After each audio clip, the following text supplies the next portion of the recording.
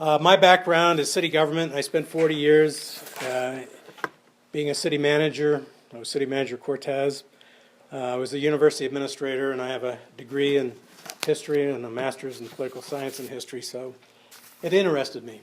I was a sophomore in college when I came out of class, and somebody was talking about somebody being shot.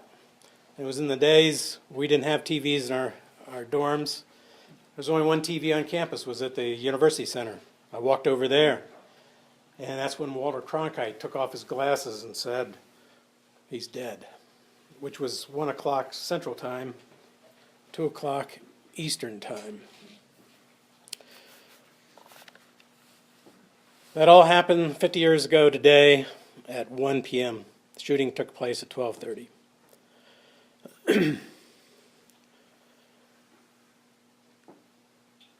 80% of the people back in 2003 thought there was a cover-up. In 1998, a CBS poll, 76% of Americans felt that there was a conspiracy. The Associated Press recently did a poll that 59% still believe there was a conspiracy. I believed in the Warren Commission in 1964. I started not believing in it after Watergate. That told me that the federal government has a lot of odd things going on, which was kind of hard to believe. Let me just list some of the official things that did occur as far as this investigation. The Warren Commission was put together in 7 days, by President Johnson. He said he wanted to stop the House and Senate investigation of the assassination and a Texas investigation of the assassination. And he wanted one group to do it for everybody, case closed. And he wanted Earl Warren to head it, who didn't want to head it, but he explained to Warren if he didn't, there's a chance we'll have World War III, and he used this several times. This could start World War III with Russia, and we're going to lose 40 million Americans in 10 minutes. And that's why Warren was crying when he left the White House, because he accepted the position. The Warren Commission had no investigators. They used the FBI. That's going to be important in my presentation. Later, the U.S. House Select Committee on Assassinations, started in 76 through 78, reopened the Martin Luther King assassination and the Kennedy assassination because of new facts that kept coming out. People didn't believe the Warren Commission. 3 shots, 1 shooter, and this bar owner killed the assassin. That's the Warren Commission. Anybody that had a different story was not included in the Warren Commission. Anybody interviewed by the FBI that said the shots came from the grassy knoll, no, you're wrong. And I'll explain some more of that later. The Select Committee came out with 4 shots were fired. And we think another person was involved. Couldn't go any farther than that. You're going to find in my presentation a whole lot of people that were material witnesses to the assassination were killed before they could go to the House Select Committee. Ramsey Clark, as Attorney General, had a panel in 1968 to look at the medical evidence. I'll get to that in a minute. Rockefeller Commission was formed in 1975 after Ford picked him as vice president when Nixon resigned,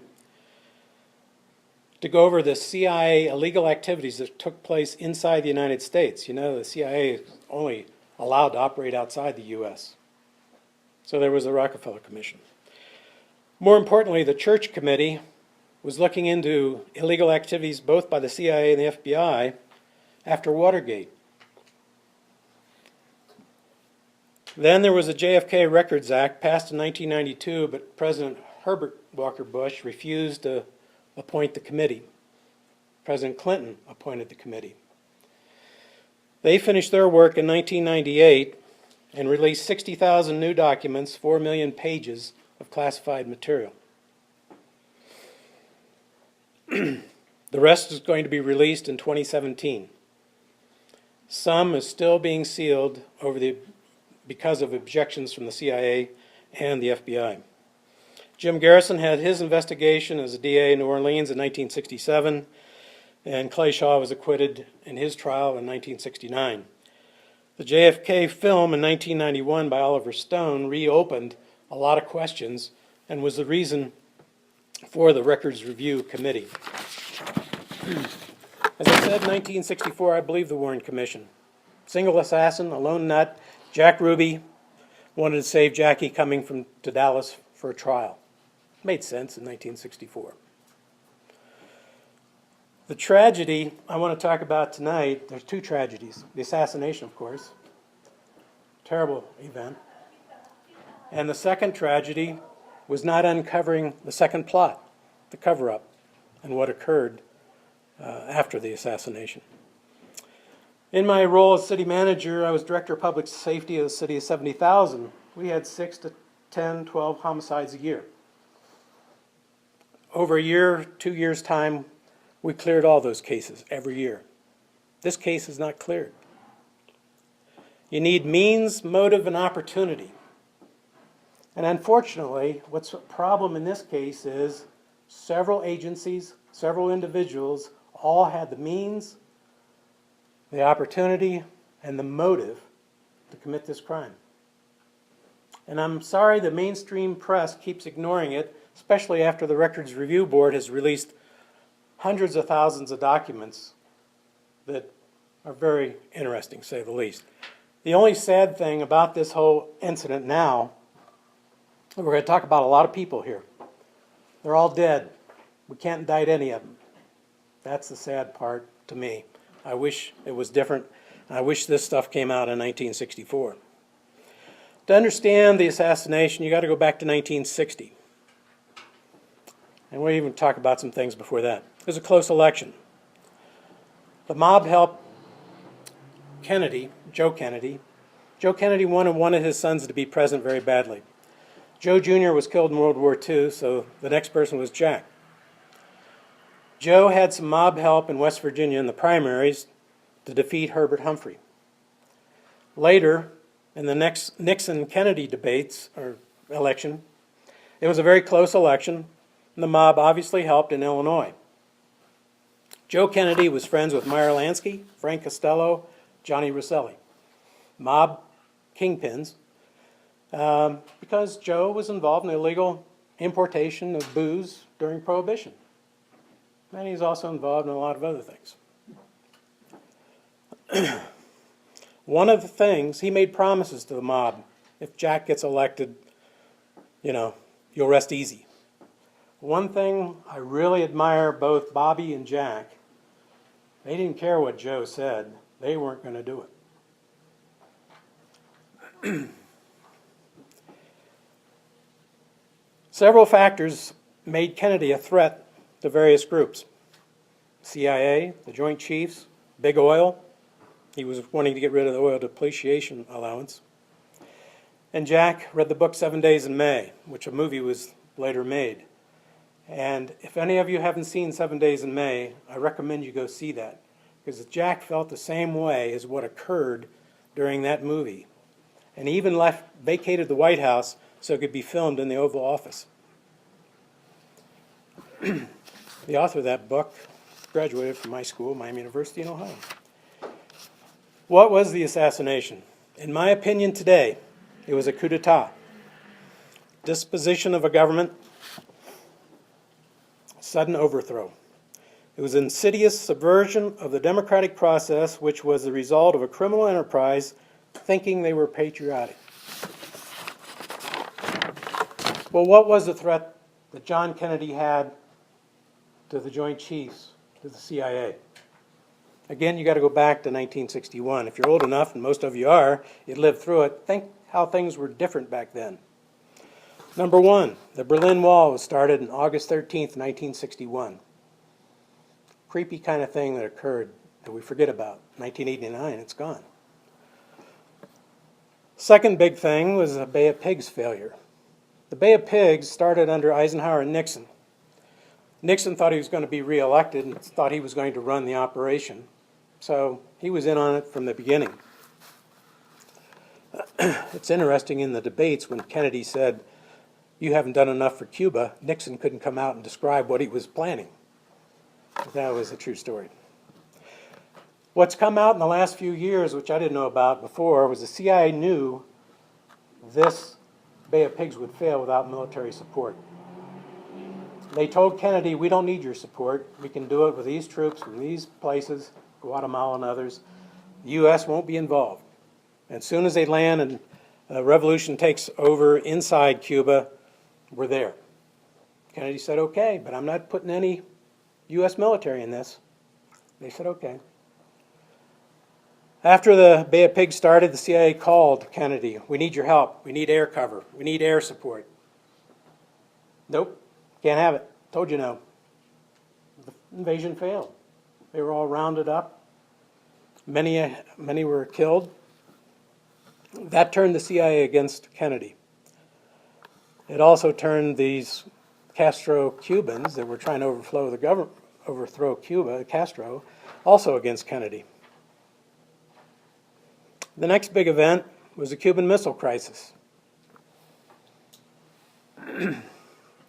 That happened in 1961. The Joint Chiefs wanted to invade Cuba as the excuse to solve the problem. Curtis LeMay, head of the U.S. Air Force, he was adamant. He was a World War II general. Let's do it. Good excuse to invade Cuba. It was interesting in reading one of McNamara's books. In October 2002, there was a Cuban conference of U.S. officials, met with the Russians and the Cubans, and found out in Cuba in 2002, the Russians had tactical nuclear weapons and the delegated authority to use them if the U.S. attacked. That was one of the questions Kennedy asked. Oh no, they don't have any nuclear weapons. No, not a problem. They were wrong.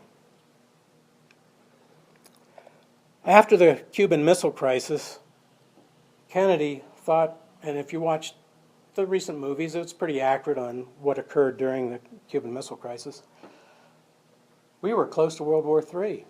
When they did the blockade, maybe the Russians would ignore it, and we'd have ships firing at each other. Two things occurred. Khrushchev and Kennedy had a back-channel communication. Is this really worth World War III? We got to be smarter than this. And I got a quote in here, and I didn't have it in the proper place, but I wanted to give it to you. Bobby Kennedy went to see Dobrynin, the Russian ambassador to the United States in Washington. And I'll have to quote it later because I don't want to screw it up. He went to him one-on-one and says, you got to help us. He said, I don't know, Jack doesn't know how long he can control the Joint Chiefs. And we may have a coup. Dobrynin mentioned that to Khrushchev, of course. Khrushchev agreed to remove the missiles. A lot of that's not been in print, but the facts are there that that trip was made by Bobby Kennedy. Fourth, there was a National Security Action Memorandum 263, written November 63, just before he went to Dallas. We had troops advisors in Vietnam. He wanted to reduce 1,000 by the end of 1963, all out by the end of 65. He wanted to be reelected before he would do that. These were advisors. He refused to give combat troops that the Joint Chiefs wanted in Vietnam. There were none. It was all advisors. And at that time, there were about 16,000 in 1963. 5. A speech Kennedy made at the American University for their graduation. In that speech, it wasn't published very well, but copies went to Khrushchev. Copies went around the world. Joint Chiefs read it. We need peace. Peace. We all breathe the same air. I'm not going to quote the speech. It's too long. We all breathe the same air. Think of about 5 paragraphs of that. Is World War III worth it? We need to work towards peace so we can all enjoy our children and our grandchildren. That was a red flag to the military. 6, he fired General Lyman Lemonster, chairman of the Joint Chiefs. Why? Because of Operation North Woods, which I didn't know anything about for many years. What the hell was that? He came up with an idea to go to Miami, kill some Americans, some anti-Castro people, make it look like Cuban agents did it, so it'd give them an excuse to invade Cuba. Innocent civilians. Then, other generals, he had, of course, many meetings with the Joint Chiefs. And this one meeting he had, they argued we need to do a first strike against the Soviet Union before they strike us. World War III again. Kennedy came back, told Bobby after that meeting, he said, these guys are nuts. We're going to have World War III, and I'm not going to be a part of it. He sent out a special memorandum to the Joint Chiefs and 4-star generals throughout the world. Don't take any action without my authority. That's the parameters of why maybe Jack Kennedy had to be removed. Put all that together. It's not in your local papers, not talked about today and yesterday and the day before. Before we can get into November 22nd, I'm going to give you some backgrounds on the individuals involved.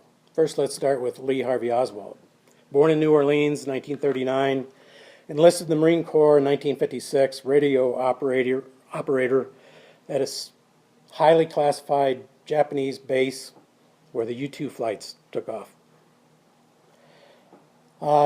Marksmanship, yeah, he was had the minimum, a marksman. You had to have 190 points to make that grade. He had 191. Never made sharpshooter. Oswald, and it's not been in, except in the research I've done, there's 2,000 books on this, but I only read probably 100. Oswald went to the U.S. Army Monterey Language School to learn Russian. Didn't read about that anywhere. Then there was the Office of Naval Intelligence. I can't prove he attended this school, but it was a fake defector program that they ran in 1960, 59, 60, 61. 30 to 40 young single Americans were sent to Russia to be double agents, to try and infiltrate the KGB and report back. None of them were taken by the KGB. Oswald was probably one of them. It was held at Nags Head, North Carolina. He defected to the Soviet Union in October 1959, went to the U.S. Embassy October 31st to renounce his U.S. citizenship. He didn't really get it done because he didn't sign any of the paperwork. He left. He got married in April of 61, said he became disenchanted with Russia and moved back to the United States, Dallas-Fort Worth area. Probably running as a cut-out double agent under a man by the name of James Jesus Angleton, CIA. Counterintelligence. The Warren Commission, Oswald had no ties to the CIA of any kind. Oswald met David Ferry in the Civil Air Patrol in 1955 in New Orleans. He carried a defense ID card starting in September of 59. Hoover had a file on Oswald since 59, number 327925D. Oswald had a CIA 201 file starting in December 8, 1960. There was also an FBI file in New York City, one in Dallas, and one in the Bureau, all missing from the National Archives. As I said, Oswald was a CIA cutout. He really never knew what his job was, but he was willing to work. Oswald made a trip to Mexico, got a passport in 24 hours. Who can do that? He wanted to get a visa to go to Cuba and Russia. Later, in New Orleans, June 16th, 63, he was handing out pro-Castro leaflets in New Orleans, working out of Guy Bannister's detective office, an anti-Castro office. Even had some of the sheets, and I've got one of them in here, but there's other sheets which I couldn't find in my haste to make these Xeroxes. 544 Camp Street's his address. That's Guy Bannister's office. It's on a corner The FBI, when they made their report to the Warren Commission, used the address on Lafayette Street. So the Warren Commission never put it together that he was working out of Guy Bannister's office. Guy Bannister was a former special agent in charge of the Chicago FBI. He met there many times. The secretary talked about it after the assassination. He met with Bannister. He met with David Ferry.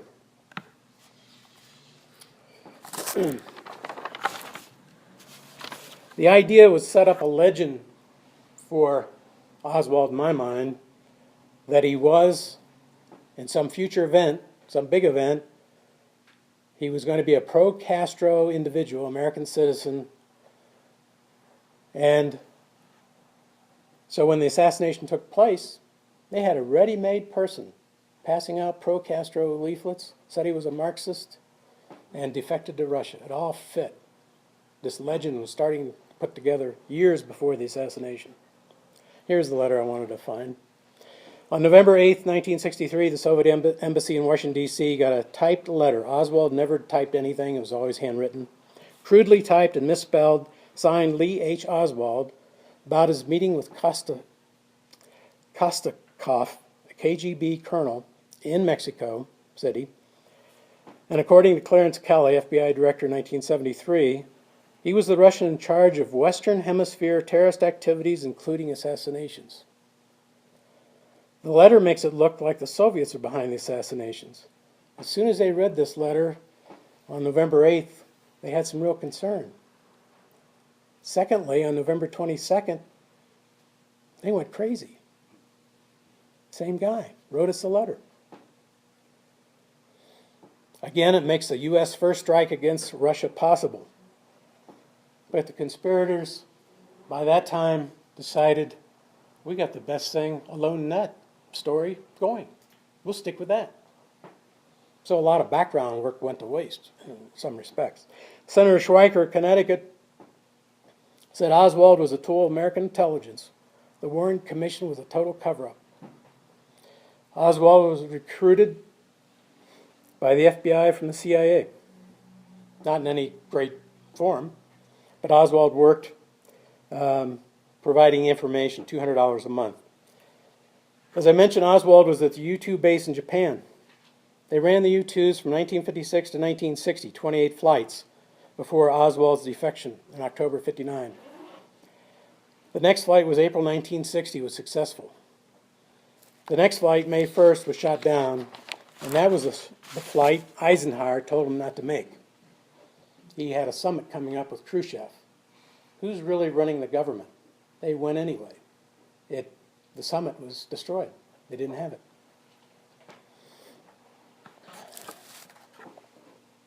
The U-2 program started on April 8th, 57, at this Naval Air Station in Japan. Warren Commission never investigated any part of this. Oswald had many contacts with CIA personnel and contract agents, and there's a difference between contract agents and CIA agents, if you don't know. CIA has their own payroll. You work for the government. You're a government employee. Then they have all kinds of other people all over the world that just get paid so much a month. They're contract agents. He met with both kinds. He had a lot of meetings in August and September of '63, no doubt part of the handing out the pro-Castro leaflets. He went to Mexico on Friday, September 27, '63, and departed on Wednesday, October 3rd. Someone else impersonated Oswald while he was in Mexico City. The CIA had 24-hour surveillance of the Russian and Cuban embassies, photograph and voice recordings. They didn't have it this time, or it disappeared. Oswald's activities gave Johnson cover to say later that either Cuba or Russia was involved, and, could be World War III, got Warren involved. Oswald met with David Adderley Phillips, also known as Maurice Bishop, CIA full-time agent. And on his deathbed, Phillips said, quote, "The assassination was a conspiracy likely including American intelligence officers." As I said, Oswald met with Guy Bannister and worked out of his office. He had files, Bannister did, on Oswald. And there was illegal gun running to anti-Castro forces in 59, 60, and 61. Oswald thought, some think, that he was involved in the illegal gun operations to Cuba. He met David Ferrie again. There was a curious episode of Clinton, Louisiana, where he and Clay Shaw and David Ferrie took Oswald to register to vote in Clinton, Louisiana. It's not in the Warren Commission. And several people saw Oswald at the Carousel Club owned by Jack Ruby. So there's tie-ins all through it. Again, the goal was to set up Oswald. He just didn't know it. Security clerk for the FBI, William Walters, processed documents that Oswald was on the FBI payroll for $200 a month, September 1962, as an informant, HS 172. It's in the National Archives. There was a relationship between Carlos Marcello, the mafia head boss in New Orleans, and David Ferrie and Guy Bannister. More about Marcello later. Let's look at J. Edgar Hoover. Known to some back then, Hoover was a world-class freeloader.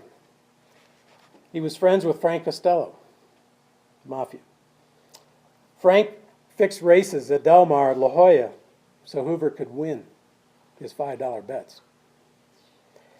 He knew and had met Lucky Luciano, Meyer Lansky. We're all known to Hoover. Dewey put Luciano away in 1936. In November 1957, the Appalachian Mafia Conference took place and was broken up by the New York State Police. 100 crime bosses throughout the country were there. Hoover's answer was, there's no such thing as a mafia. Organized crime. Hoover, in 1960, had 19 indictments on organized crime. Bobby Kennedy, in 1963, alone had 687. Motive? Means? Opportunity? Theory is Lucky Luciano and Meyer Lansky had the goods on Hoover. They blackmailed him. Hard to believe. The head of the FBI, and I've met FBI agents, I question them about this. Yeah, it's possible. When you go through the FBI investigation, when you're told not to investigate something, something's wrong. I think that's true at the Plaza Hotel in New York City. There was a party, very private party, and Hoover was walking around in women's clothes. He'd dress in women's clothes. They had pictures of it, and they blackmailed him. There was no mafia. Hoover was out hunting communists. Jack Ruby. According to the Warren Commission, no ties to organized crime. Ruby worked for Paul Red Dorfman in Chicago. Probably committed more than one murder while in Chicago. He worked with Tony Arcado, Sam Garnacia, the head of the mafia in Chicago. Actually, Sam's the one that sent him to Dallas. He was seen with Santos Traficante, visiting him in a Cuban jail in 1959. Jack Ruby's visiting this mafia boss from Florida in 1959. And the reason the mafia was running guns to Cuba, what did they want? They wanted to get rid of Castro. They didn't care about democracy. They wanted their casinos back. It was a money deal, and drugs. It had nothing to do with pro or anti-Castro. They didn't care. They just wanted their casinos back, which Castro closed. 2 weeks before the assassination, Ruby had calls from Robert Baker, a Jimmy Hoffa enforcer, a Dusty Miller, another Hoffa enforcer, another guy, Maffeo Precora, an enforcer of Carlos Marcello, the New Orleans mafia head. There's 3 mafia heads in this story. Sam Garnacia out of Chicago, Marcello out of New Orleans, Traficante out of Florida. And they covered more than those 3 states. Ruby met with mafia leader Johnny Roselli, who wasn't a mafia don of a state. He just worked for the whole group. And he was big in Los Angeles and the movies. Came to a terrible end. He met with Ruby twice in Florida in October before the assassination. Ruby was involved in gun running, and there's a whole big story on that I can't get into, to the anti-Castro people in order to get their casinos back, which I mentioned. Jimmy Hoffa was also involved.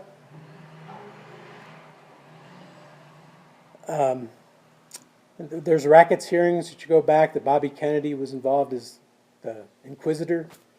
And the one I want to remember before I forget is Sam Garnacia. He wouldn't answer questions, took the fifth of every question, and he giggled. And Bobby said, "Mr. Garnacia, I thought only little girls giggled." And I think that was the beginning of the end right there. Jimmy Hoffa said, without JFK around, RFK would just be another lawyer. Roselli admitted later, Ruby is our guy. He was ordered to hit Oswald. Who was the first person to meet Ruby in jail? Joseph Campisi, Sam Garnacia's mafia guy in Dallas.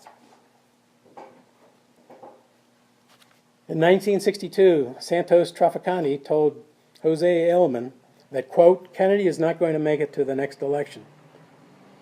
His answer was, well, of course he is. He's popular. He's going to get reelected. The rest of the quote, you don't know, you don't get it. He's going to be hit before the assassination. Ailman told the FBI, didn't go anywhere. Carlos Marcello also said to several people, we need to kill Kennedy to get rid of Bobby. There's 1/3 of the assassination crew. Lyndon Baines Johnson. If you're a lover of Lyndon Baines Johnson, you're not going to like what I got to say. But somebody's got to start bringing up some of the stuff on Lyndon Johnson. Lyndon Johnson's an interesting character. He wanted money and power. It's what motivated him, money and power. I brought, I think, Philip Nelson's book, LBJ, The Mastermind Behind the Kennedy Assassination. I would encourage you to read that. Of all the 100 and some books I read, I think that's one of the most interesting. Go back to motive, means, and opportunity. Who had the most to gain, the least to lose, the means to do it, and the apparatus to cover it up? Lyndon Baines Johnson. The least to lose is important in this, because he was about ready to lose everything. He was a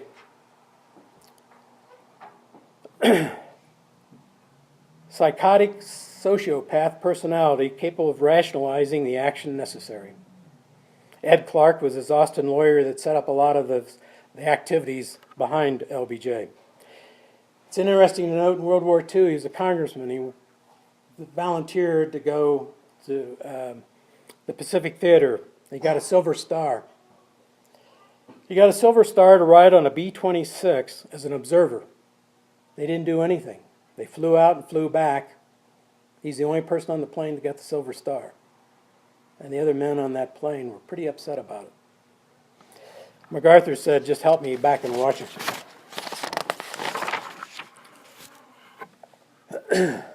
One of his first hires when he made senator in 1948 was John Connally. Another name that will come up is Cliff Carter. And the worst person he ever hired was Malcolm Wallace out of Texas. The Senate race in 1948, he didn't like being a congressman. He wanted to be a senator. He ran against former Governor Coke Stevenson. Johnson was losing. But he had friends in Duval County and Jim Wells County. And in those counties, he got 99% of the vote. Still wasn't enough. He was still losing. They had to go back and spend the night filling out forms and finding a whole bunch more ballots. He won the election, thanks to ballot box 13, by 87 votes in the state of Texas. 87. His other senators in Washington called him Landslide Johnson. The election was fixed, but he made senator. He bought TV station KTBC in Austin for $17,500 in 1943. It was worth millions in 1950. The FCC allowed him to carry all 3 networks on his station. The person that nobody heard much about, and I certainly didn't until I started studying this. If I didn't mention, I've been doing this for 30 years. Malcolm Wallace, known as Mac Wallace. He was a personal aide to LBJ and then given a job in the agriculture department. But a guy by the name of Doug Kinzer was having an affair with Mac's wife, and on October 22nd, 1951, Mac went over to his office, shot him 5 times, killing him, cold blood, arrested, found guilty of first-degree murder on February 22nd, 1952, and given a 5-year suspended sentence, probation. I don't know where you get, that's about like getting a passport in 24 hours. He was given a job as an economist in the Department of Agriculture February 27, 1952. Can't go into a lot of details, time constraints, but Henry Marshall was an inspector for the Department of Agriculture investigating Billy Sol Estes. On June 3, 1961, he was beaten in the head, poisoned by carbon monoxide, and shot 5 times by a bolt-action rifle, and it was ruled by the county coroner and the sheriff a suicide. Guess who asked for that? LBJ. There was a meeting on January 12th. LBJ, Wallace, Estes, and LBJ's comment was, get rid of Marshall. And Wallace did it. Wallace interviewed other people that day to find out where Henry Marshall's ranch was. Later in the 1970s, the body was exhumed, and a new coroner ruled it a homicide. But Mac Wallace was dead, and so was LBJ. Billy Sol Estes ran a scam worth millions on cotton crops and ammonia. His chief accountant was interviewed by the FBI and dead 2 days later. Harold Orr was convicted with Estes and died before he was sentenced. Harold Pratt and Coleman Wade were also killed involved with Billy Sol Estes, all by Mac Wallace. Probably had ties to LBJ. Madeline Brown was LBJ's mistress. She said LBJ was involved through Mac Wallace in all these murders, and he would have lost his office and been in jail himself. Sam Southwick was the deputy sheriff of Duval County in prison for another murder, and he wanted to come clean about the 48 fraud in the election. He was murdered in prison. Governor Shivers of Texas blamed Johnson was behind the murder. Estes was a problem. He needed to be kept quiet. On April 3rd, 1962, he was indicted on 57 counts of fraud. He was released from prison in 1983. Estes claimed Marshall was murdered by Mac Wallace on orders of LBJ. Estes said he was told by LBJ Cliff Carter that LBJ was involved in the Kennedy assassination through Mac Wallace. Mac Wallace died in a mysterious car wreck in 1971. Cliff Carter died also in 1971. The most interesting thing that came out of my investigation, of reading other people's investigations, was there was a fingerprint in the book depository that was never found who it belonged to. It wasn't a bookstore employee. It wasn't a detective that rummaged through the book depository. They finally ran the print. It had 32 matching points, and it came back to Mac Wallace. LBJ is estimated got $10 million out of the Billy Sol Estes crimes.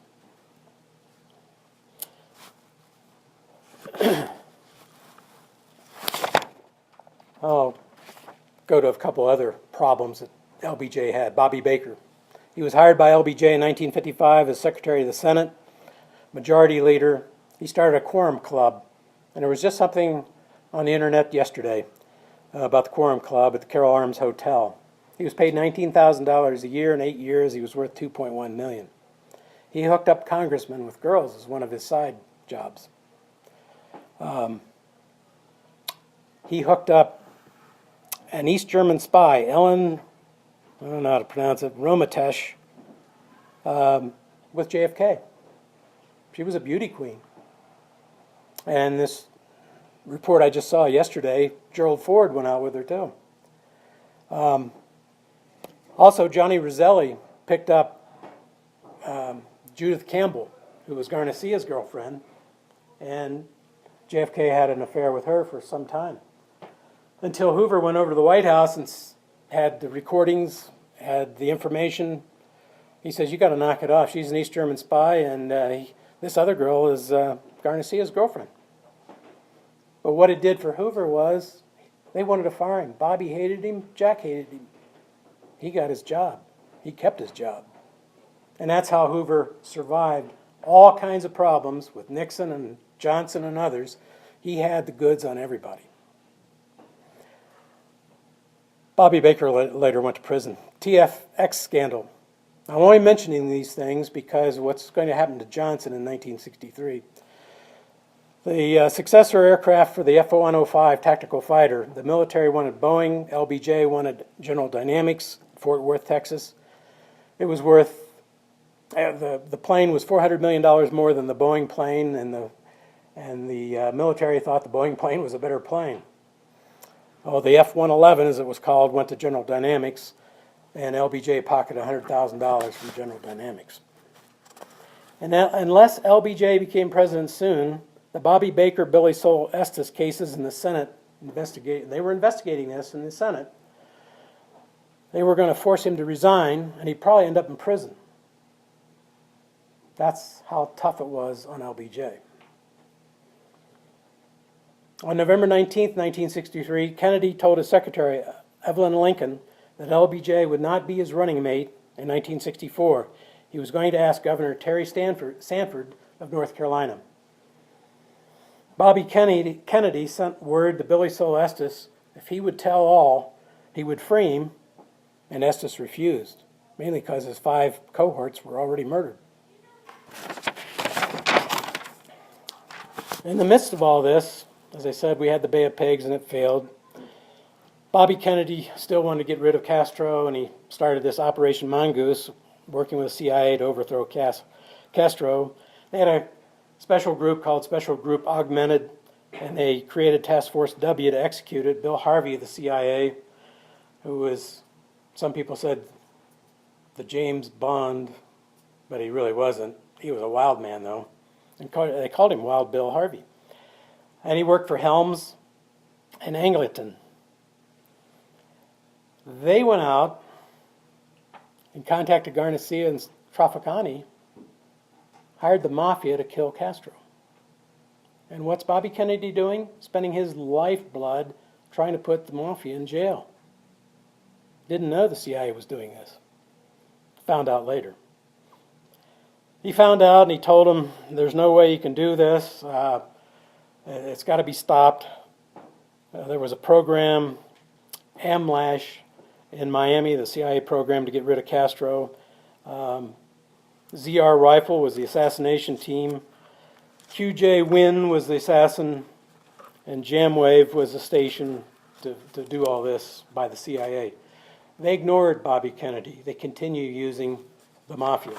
And it was kind of a joke because the mafia was taking the money from the CIA, spending it on other things, had no intention of killing Castro the way they wanted it done, because it had to be a one-on-one. They were going to take an assassin in and shoot Castro. They couldn't find anybody.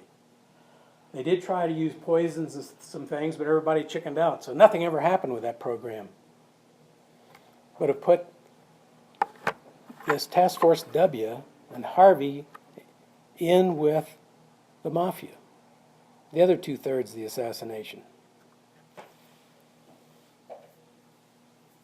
Kennedy wanted out of Southeast Asia before it got away. He met with Matthew Ridgway, General of World War II, General MacArthur, and Omar Bradley. Couldn't find 3 better people to talk to. All 3 told him, you don't want a land war in Vietnam. You can't win it. Again, he mentioned 7 days in May. Look it up. The military in 1960 in Vietnam was 685. In January 63, it was 16,732 advisors. Kennedy told Senator Mike Mansfield, as soon as the election's over, I'm pulling everybody out. I can't do it before the re-election because they're going to paint me as a coward, commie, whatever. He knew that. But he didn't see the point, and he mentioned it in these, I've seen it in the press many times. Not one more American life is worth dying for in Vietnam. And by then it was like 400. Not one more. And his other goal was to end the Cold War, and I mentioned the National Security Memorandum, October 11th, 1963, to withdraw 1,000 by the end of 63, all by 65.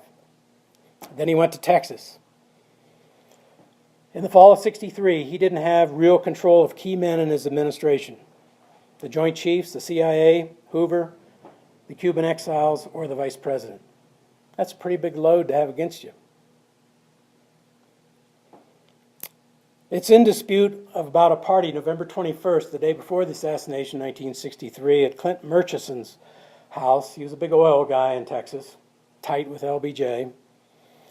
I'm going to throw this out. I can't prove it. I've had one researcher say it never happened, but it's an interesting story. And there's lots of stories here. Most of what I'm giving you, it's all in the public record. I'm not making any of this up. It's all in the public record. At that party was Nixon, Senator John Tower, John McCloy, who was later on the Warren Commission, H.L. Hunt, J. Edgar Hoover, and later that night, LBJ. Madeline Brown was at the party, left with Johnson. Johnson said, after tomorrow, and as a quote, unfortunately, "Those goddamn Kennedys will never embarrass me again. That's not a threat, that's a promise."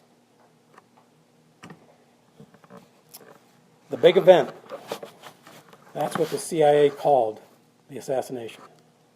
Now, it's not the entire CIA. It's a small group of CIA. As David Phillips said, it's a group of renegades. But it was a pretty good group. When you look at the Warren Commission, 3 shots, all from the book depository. One assassin, he was arrested by Dallas police, killed by Ruby. It's over. Hardly. Team 1 was the Texas Book Depository. It included a patsy, Oswald, on the 2nd floor. An expensive 7.65 Mauser rifle was found before the cheap Italian Mannlicher Carcano 6.5 was found. 3 deputy sheriffs, Boone, Weitzman, and Craig, one of them owned a gun store, identified the rifle. It disappeared. Never was put in evidence.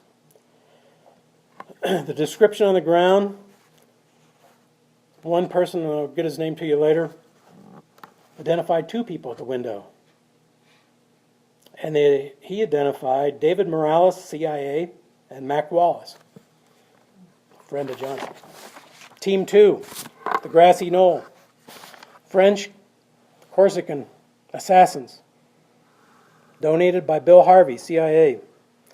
Lucien Sardi, also known as Michael Mertz.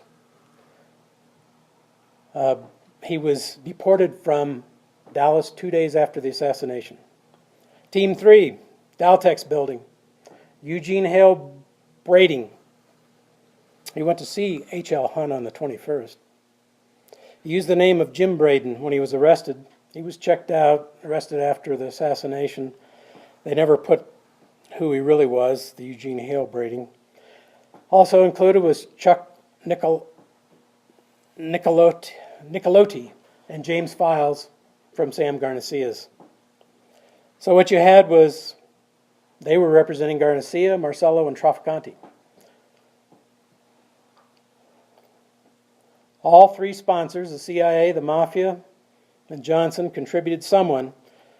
So after the shooting, everyone would keep their mouths shut. Because everybody participated. In your handout, on the 2nd page, it may be upside down on your paper, is a picture taken by the AP, a photographer, before the first shot was fired. It's the bottom picture. In that, you see a Secret Service driver and Lady Bird Johnson. Next to Lady Bird is Lyndon Baines Johnson, except you can't see him because he's already on the floor. This is the most telling picture of the assassination. He knew it was going to happen in advance. These cars have already turned onto Houston Street, getting ready to turn on Elm. This guy was on Elm Street shooting up. The bigger picture shows Kennedy and this motorcycle cop, plus Johnson's car. He was the 3rd vehicle. The Secret Service was 2nd. Johnson was already on the floor. How about that? Then the shot started. Okay, let's talk about the shots. The kill shot came from the front. The president's head was driven back by the impact of the frontal shot, entry high at the hairline. Several professional snipers for the military looked at it and they said they couldn't do the 3 shots in the time element they had and using a bolt action rifle. Colonel Fletcher Prouty wrote quite a bit. He was worked in the Secretary of Defense's office for the Secretary, and liaison to CIA, said Oswald was a patsy. More than 3 shots necessitate a conspiracy. So they had to come up. First shot missed. Second shot hit Kennedy in the back, went through his throat, went through Connally twice, ended up in his leg, ended up on the gurney as a perfect bullet. Ridiculous. Couldn't happen. The third shot was the kill shot, killed Kennedy from the rear. If the third kill shot was from the rear, Kennedy's face would have been blown out. I didn't make a copy of this picture. It's a little graphic of one of the autopsy pictures.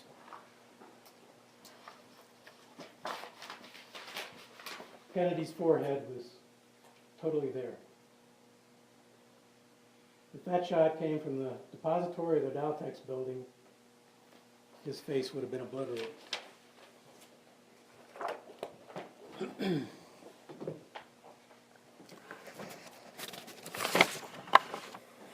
As I said, Oswald was operational with U.S. intelligence. He was set up for a role he didn't know what it was going to be. The cover-up by the government was to blame Oswald, ignore, reject all evidence to the contrary, and make Oswald contact with U.S. intelligence obliterated. There wouldn't be any. In the Assassination Records Review Board recently, Douglas Horne wrote a 5-volume work on the medical evidence. I could spend 3 days talking about medical evidence, and I'm not a doctor, so I don't want to talk about it. Read his works. Amazon has it. Both motorcycle officers, Hardis and Martin, were on the left side of the limo, had their windshields splattered with blood and brain matter. The fatal shot had to come from the right front of the limo, the grassy knoll. Secret Service agent Paul Landis, at the time of the shooting, in the follow-up car, the last shot came from the right front of the road. There were 2 shots to the head, one from the front and one from the back. The fatal shot was from the front. Kennedy was actually shot 4 times. The first shot, well, we'll get to that in a minute. 7 doctors at Parkland examined Kennedy. The large exit wound in the right rear of the head, I made a copy of a plaster. It's in the handout. Probably pretty far back.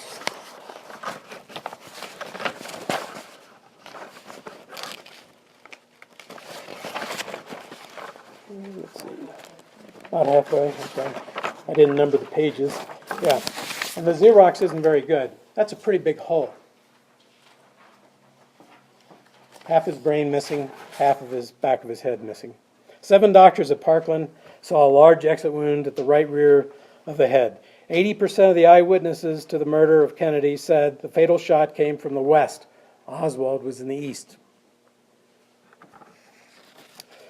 Lieutenant Colonel Craig Roberts, a Marine sniper in Vietnam, wrote the book, I have with me, Kill Zone. He said, Oswald couldn't have done it because I couldn't do it. One person couldn't do this. The bullet sequence.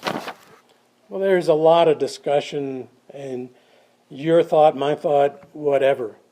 But there was more than 3 shots. There was 3 people shooting from 3 directions. The first shot possibly missed. The second shot hit Kennedy in the throat. The Parkland doctors did a tracheotomy at that wound and said it was an entry wound. They have done lots of shootings. Remember the Boswell and the people that did the pathology exam at Parkland never did a gunshot wound. They were the wrong people to do the autopsy. The third shot misses and hits James Teague, hit the piece of concrete, hit him in the face. The fourth shot probably hit Conley in the back, broke his ribs. The fifth shot hit Kennedy in the back, 4 inches below the nape of the neck and to the right of the spine. Didn't come out his throat. The sixth shot hit the windshield of the limo. The seventh shot hit Kennedy in the back of the head, and the eighth shot hit Kennedy in the front right temple, exit rear skull, forcing the body back, as you see in the Zapruder film, which the Zapruder film was changed by the CIA, by the way, to show that he wasn't thrown back and the car didn't stop. Both things really occurred. Several witnesses said there was more than 5 shots. My feeling is it's three shooters, 3 locations. Roy Kellerman, in the lead car, said it was a flurry of shots. I've been around guns all my life, and 3 shots isn't a flurry. It's more than 3. There's also a story, William Pumlee, who was Army intelligence, was flown along with another team into Dallas early November 22nd in an attempt to abort the assassination. He worked for Task Force W, so he knew about it. They were too late. Oswald was tested after his arrest, and there were no nitrates on his cheek. He had not fired a rifle that day. There's no fingerprints on the gun. He had nitrates on his hands, but they said that could have been from moving boxes and newspapers and things at the Texas Book Depository doing his job.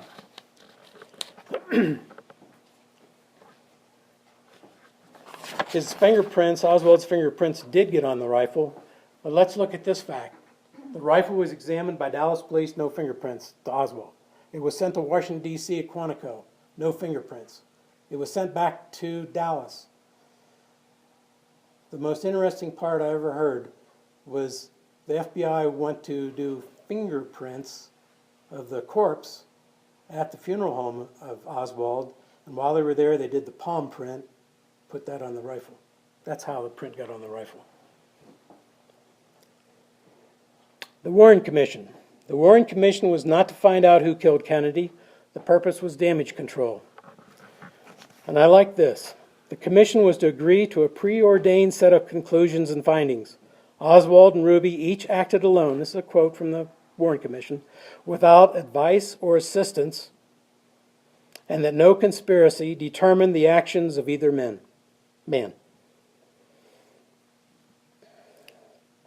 Hoover was the gatekeeper. The Warren Commission information all came from the FBI through Hoover. If Hoover didn't like something going to the Warren Commission, he could stopgap it right there.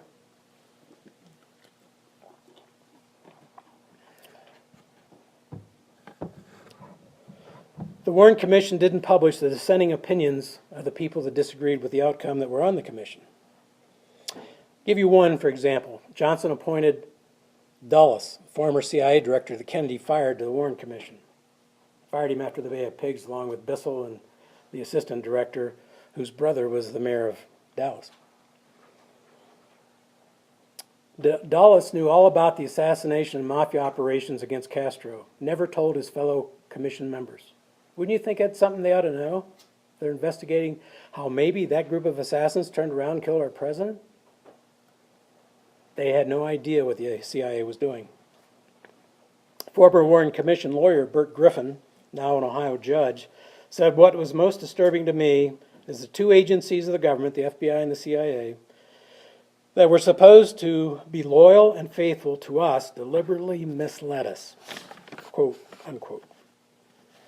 The FBI, small group in the FBI, not a large group, the FBI would substitute evidence and create, on behalf of those who were orchestrating this massive cover-up, a set of evidence that conformed to the pre-established objective of finding Oswald guilty of the crime. That's what happened with the Warren Commission.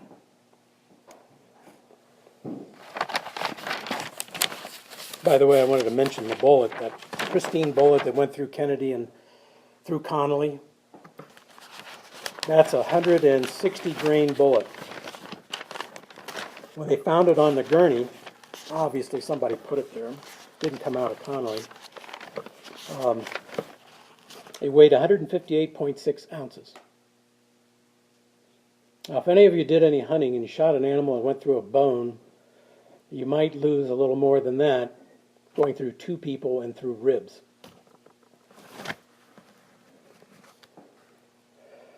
They announced Oswald was the lone assassin before they had any evidence. Only the players could do that. Interesting comment. Only the players.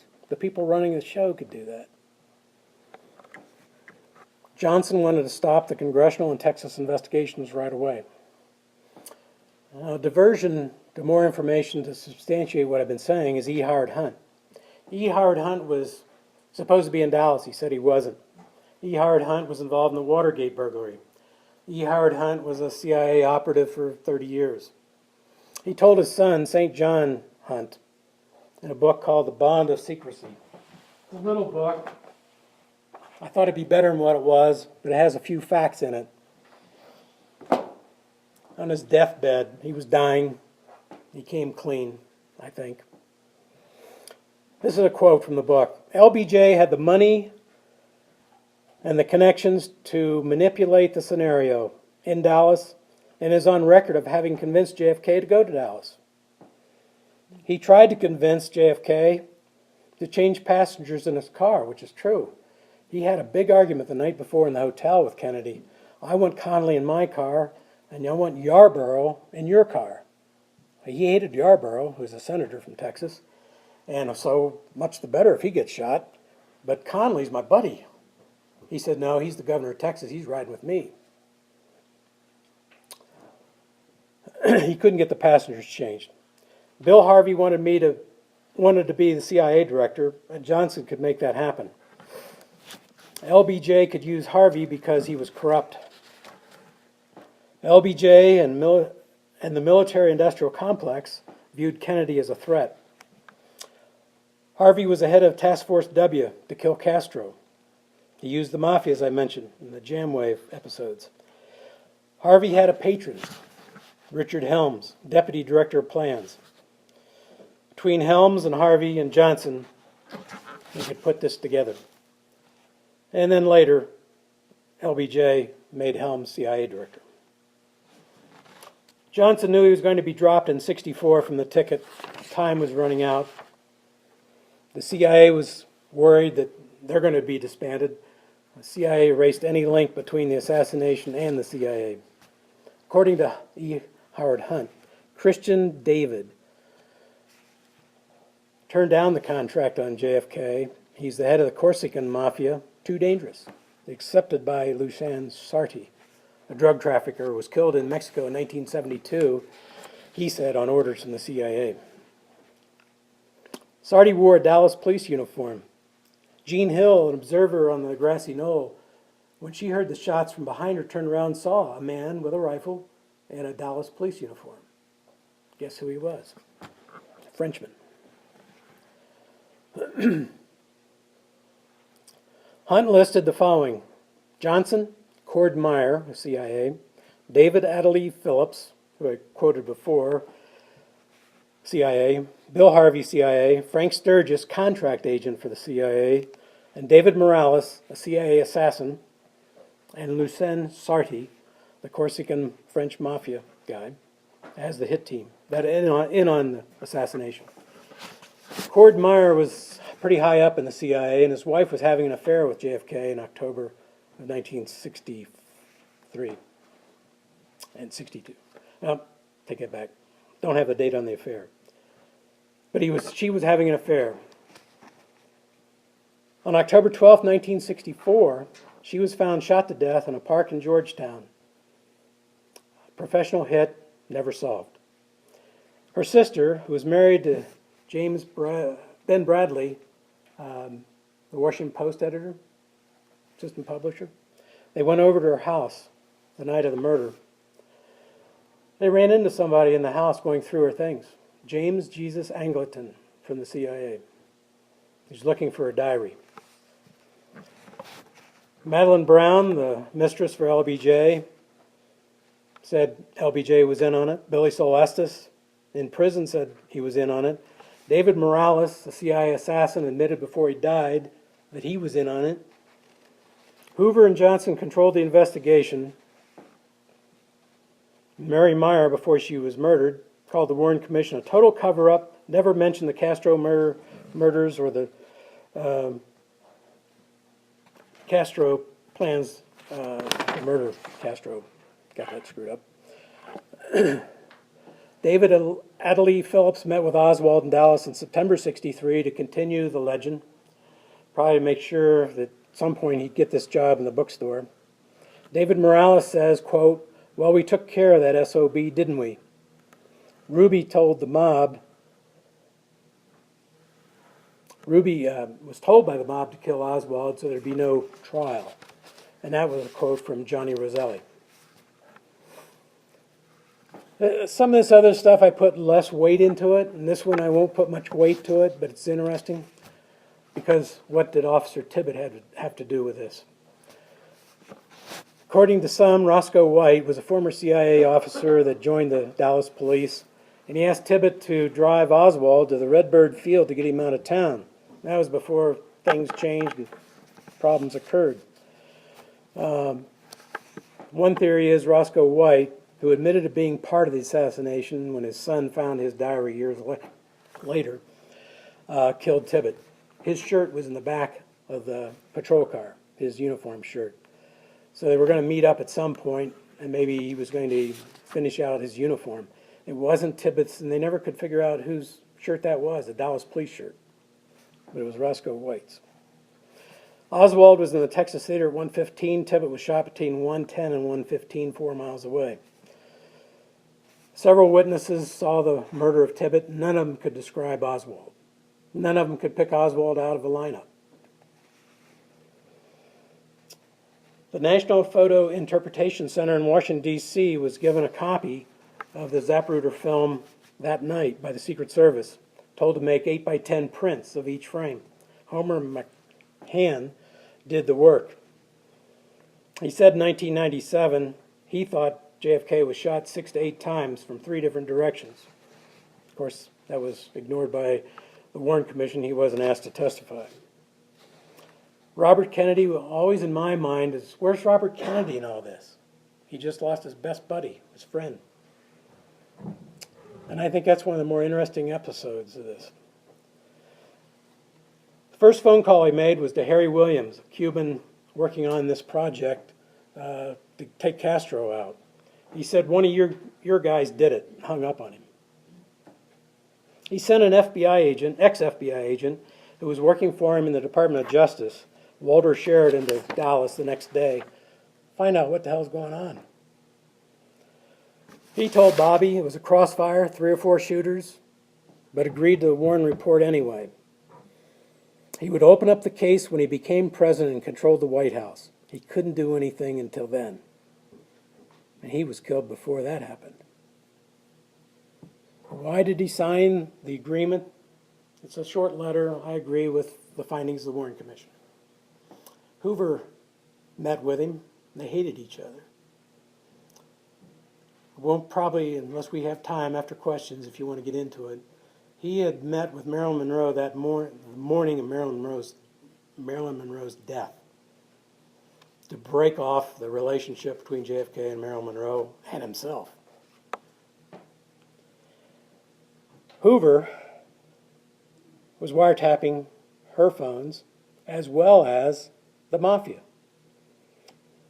Well, I'll just tell you, the mafia killed her, hoping to compromise Bobby. And I'll tell you more details of how they did it later.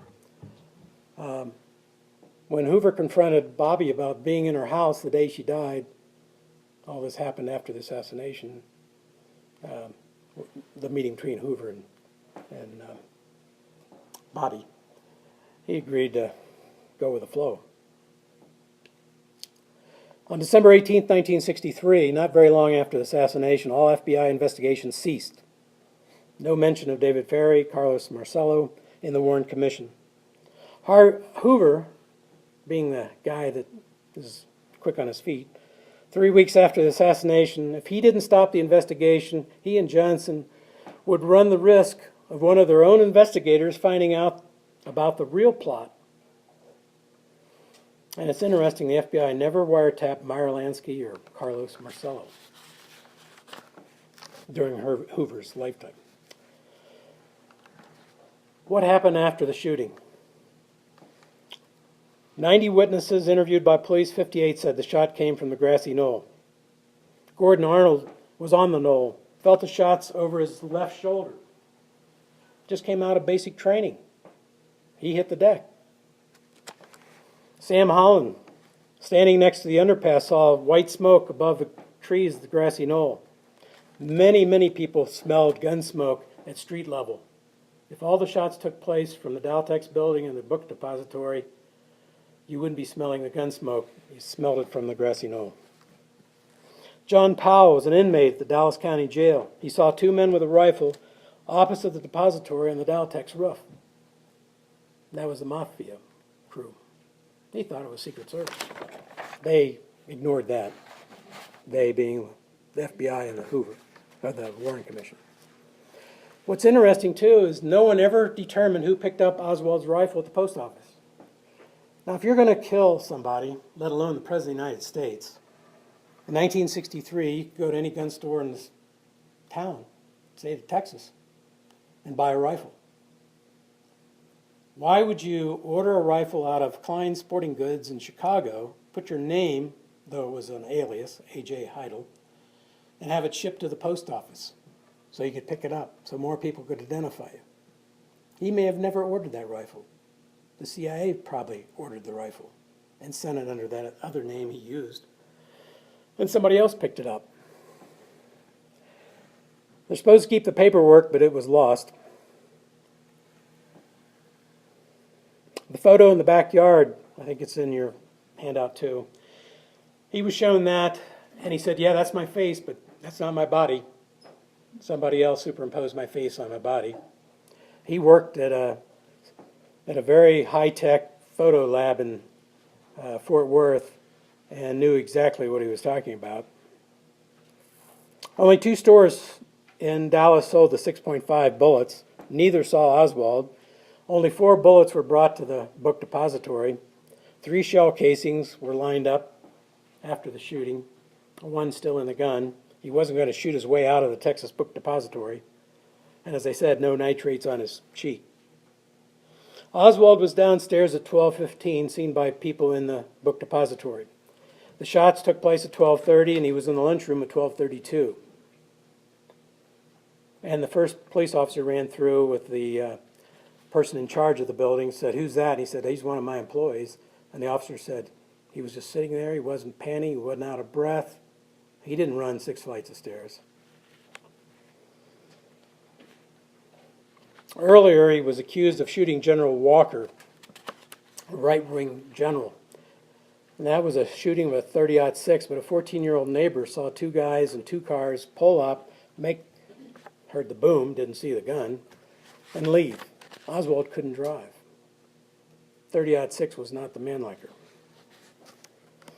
FBI agent Hosty came to Ruth Payne's house 21 days before the assassination to see Oswald. He left a note, and then Oswald went to his office. He wasn't in, but he left a note for Hosty to leave me alone, and that note was destroyed by the special agent in charge as soon as he was arrested on orders from Hoover. There's another name in this assassination, don't know where it fits. I have a picture in my handout, Joseph Milletier. He's a Miami, Florida right-wing, linked to anti-Castro extremists, told people Kennedy was going to be hit. Weeks before, there was 3 trips. There was one in Miami, and one in Chicago, and then Dallas. And there were so many assassination information to the Secret Service in Chicago, the motorcade was canceled. Dallas, they didn't cancel. He said he was going to be hit, and he talked to other people that they had wiretapped him, told you, from a tall building.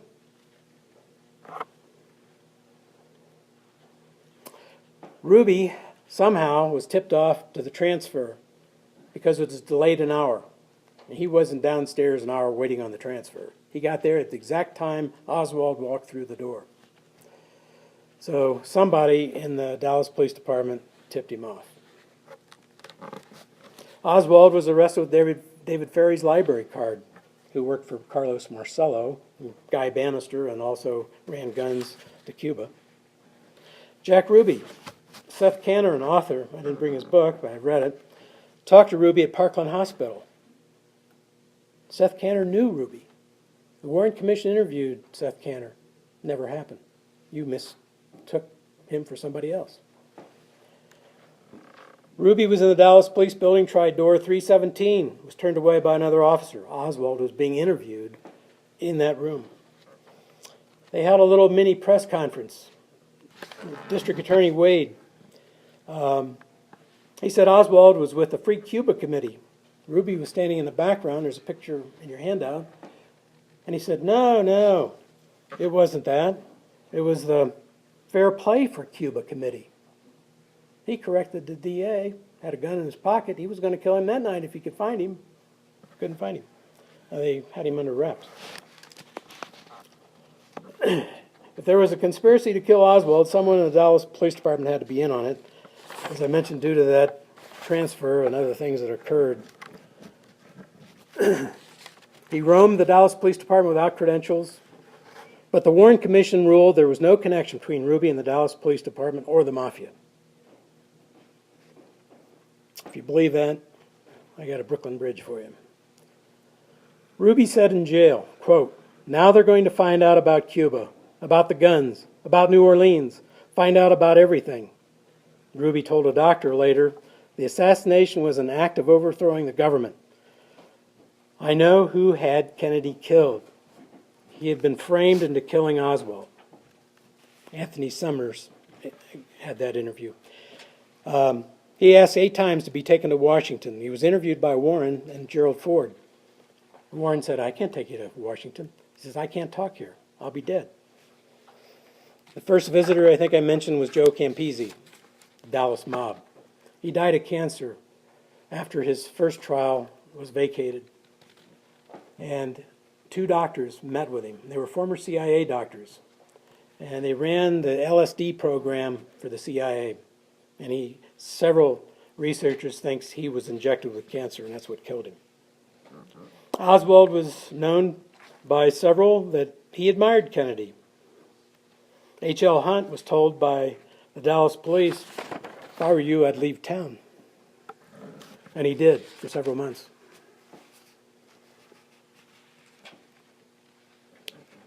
An interesting side note to history, November 21st, 1963, McGeorge Bundy drafted a new National Security Action Memorandum, 273, opposite of Kennedy's 263, to withdraw troops, but to add troops, combat troops.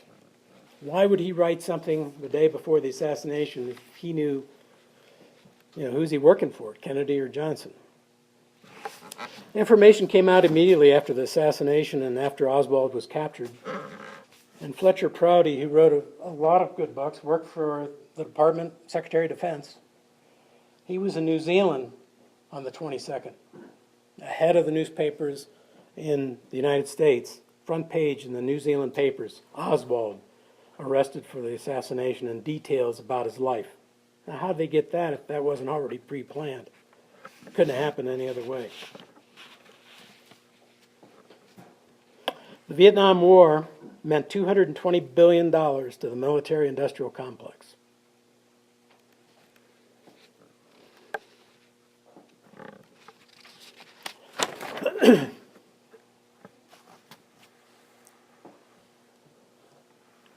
As I mentioned, the CIA Mafia hits on Castro were never mentioned. Dulles never said anything to the Warren Commission about it.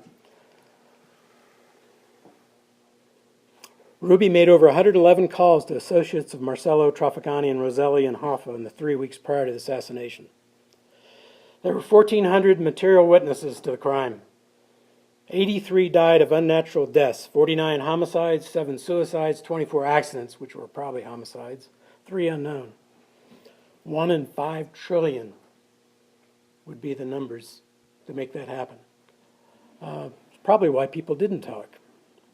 Though a number of people did talk, which I always thought they weren't until the last 10 years found all these people that did talk. 77% of the witnesses with oral evidence to the Warren Commission offered evidence directly contrary to the Warren Commission conclusions. Jimmy Hoffa disappeared in 1975. Carlos Marcello died in 93 with the quote, "We took care of them, didn't we?" Trafficani died in 1987, but he was on a wiretap then. Hoover died.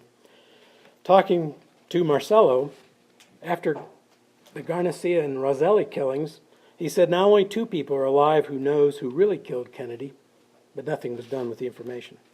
Sam Garcia was killed in June 1975 and Johnny Roselli July, before they could testify before the House Select Committee on Assassinations. The old mafia term, you don't talk. Guy Bannister, he died quick in 1964 of a heart attack. David Ferry died in 1967, February 22nd, before he could talk to Jim Garrison about his investigation. A Russian, George D., I'll butcher that name, Morishot, was killed in 1977 before he could talk to the House Committee. Richard Case Nagel, another interesting figure, knew of the assassination before it happened, walked into a bank in El Paso, Texas, shot the ceiling twice, didn't rob the bank, just waited till the police got there and arrested him because he wanted to be in jail on November 22nd. He was supposedly given, and there's a book, a big book out, The Man Who Knew Too Much, but he was called to testify at the Assassination Review Board and was found dead before he could testify. Some believe that he was supposed to either talk Oswald out of it or kill him. Of course, didn't accomplish either. John Martino, an anti-Castro Cuban, died in 1975 before he could talk, and his files were removed from the National Archives at the request of the CIA and the FBI. Maybe we'll see him in 2017. David Morales, the CIA assassin, the other man on the 6th floor with Mac Wallace, he died on May 8, 1978, before he could testify at the House committee hearing and admitted to friends that he was in on the hit and died at 58, an unnatural death.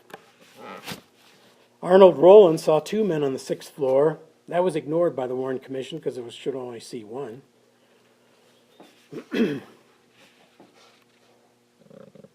As I mentioned, on March of '62, Hoover compromised Kennedy over the Judith Campbell affair so he could stay on as director. Gene Hill saw the muzzle flash and a man dressed as a Dallas police officer. Another person, Rose Karamati, was killed September 4th, 1965. She told doctors in a hospital in New Orleans that Kennedy was going to be hit, and they ignored her. Assassination 2 days later, they re-interviewed her and called the state police and interviewed her. She was in a car with 2 people that were headed to Dallas that day and thrown out of the car and injured severely and then murdered later. Well, what about the aftermath of the assassination?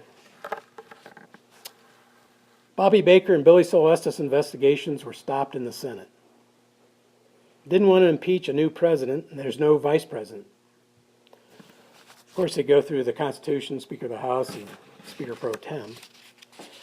Hoover got to stay on as FBI director for life.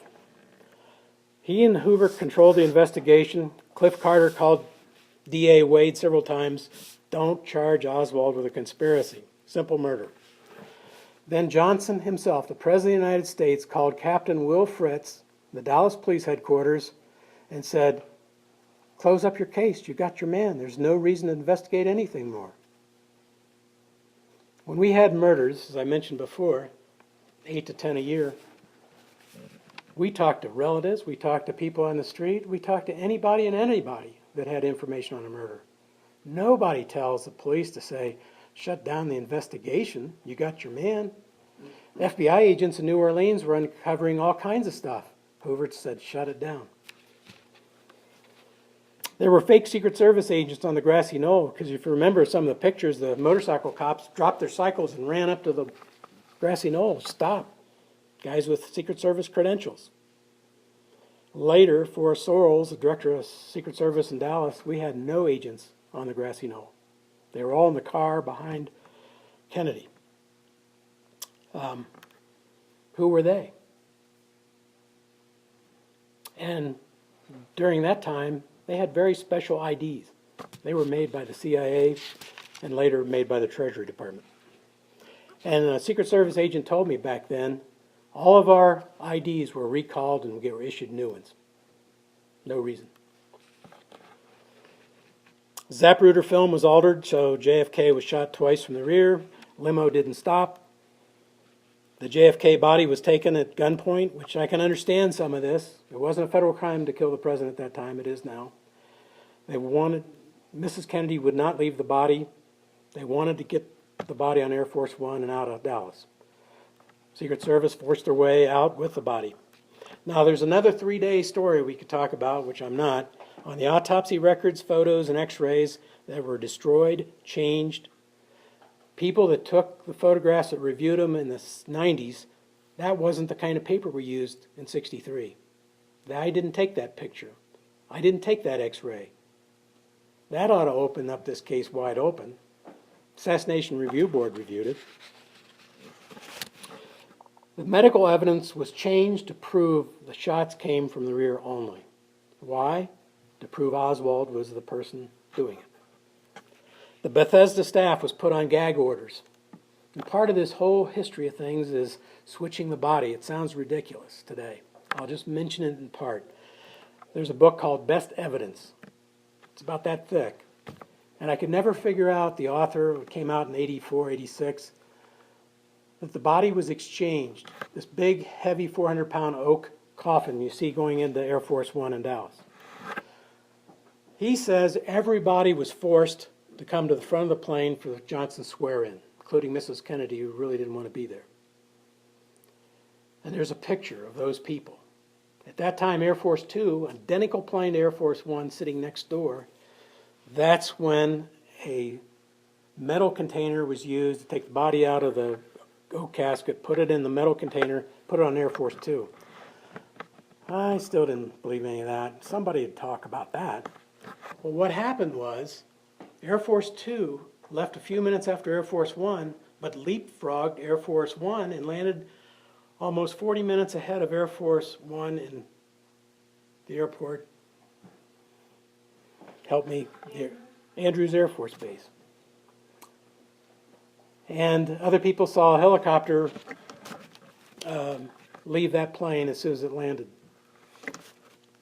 And then I thought, well, maybe he's got something. That's the only way it could have got there faster. The second thing that he talked about when he interviewed after people got less scared about the gag order, everybody that took those x-rays, technicians, low-level Navy people. This one guy took all these x-rays, had to have them developed on the 3rd floor, came up through the lobby, half hour after the body was in the examining room, had the x-rays under his arm, and he saw Jackie Kennedy and Bobby Kennedy walking into the lobby and the gray hearse with a 400-pound casket sitting out front, in front of the lobby. He couldn't figure out what's going on. Then there was a whole story about how these hearses revolved around Bethesda yards, but several people admitted they took the body out of a metal casket, not a wood casket. 2 FBI agents that attended the autopsy said there was surgery to the head. There was no surgery, supposedly. But everybody at Bethesda was threatened with a court-martial if they talked about anything. Witnesses were threatened if you had a different view than what Oswald was the lone shooter. Some thought LBJ was a paranoid and psychopath, suffered from manic depression, bipolar, no doubt. What's interesting is when LBJ got warned to take over the commission, we're going to have World War III. This is conspiracy. We don't know where we're going yet. Not so. On the flight from Dallas to Washington, he did not call the Situation Room, the Joint Chiefs, the NORAD. He didn't place anything on a DEFCON level. Didn't call the Secretary of Defense. He knew the real plot. He wasn't worried about World War III or the Russians.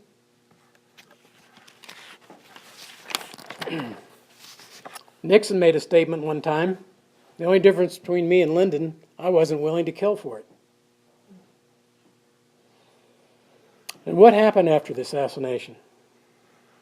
The CIA and the Joint Chiefs had their war, Vietnam. Big Oil had their man in office. The oil depreciation allowance would continue. The mob had the dogs called off. Back to before Bobby, we're okay now. Hoover had his job. The evidence was locked up until 2029, until the JFK film came out, and the Assassination Review Board and the Congress changed the date to 2017, plus released 60,000 pieces of evidence.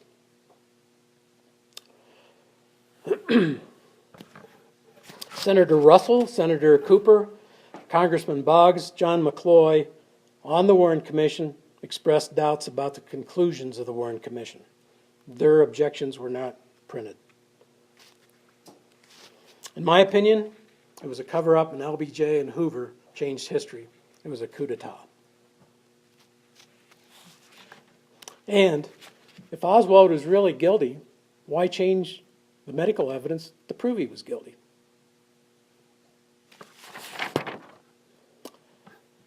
Any questions? I need a drink of water. Yes? There was two different, when they talk about the one gun, haven't they proved that there was two different types of bullet shoes? There was a 223 that hit the back of there? There was a recent story on Reels TV. Yeah. Well, let me tell you the answer to that. The 223 could have been from the grassy knoll, be that type of bullet. It wasn't from his 223 because in front of Hickey, Secret Service agent Hickey pulled out his AR-15 and the car lurched forward, and according to that discussion, a round went off accidentally and shot Kennedy in the back of the head. And that was the kill shot. In front of Hickey, sitting in that car, which was never mentioned in that show, was two of Kennedy's closest best friends. Dave Powers, who ran the Kennedy Library, special assistant to Kennedy in the White House, and Kenny O'Donnell, appointment secretary for Kennedy, who drank himself to death after the assassination, well, right after Bobby Kennedy's assassination. He died at 57, totally drunk. They would have come forward, and they did come forward. Tip O'Neill's an example of that, Speaker of the House. Tip O'Neill had lunch with Kenny O'Donnell. He said, why did you say the shots came from the book depository? He said, they didn't. They came from the grassy knoll. He said, that's not what you told the FBI. I read the documents. He said, they forced me to change the story, and I went ahead with it, agreed to it. So if the agent Hickey accidentally fired his rifle 4 or 5 inches behind Dave Powers and Kenny O'Donnell, who were directly in front of him in that Secret Service follow-up car, they would have said something. Fire off a 223 with no ear protection 6 inches from you. Those other shots were much farther away that they could hear. That never happened. It's a good story, thoughtful story, but it didn't happen that way. Another question. Yes? I have a bit of a problem with the conclusion that LBJ was responsible for the assassination, based on the fact that the cover-up continues, even to today. There was many,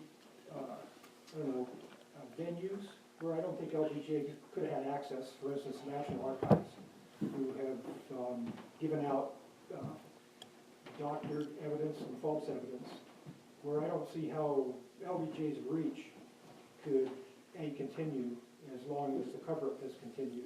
Oh, it shouldn't. Into these different agencies that are all spread throughout the government itself. It should have been over the next president after him.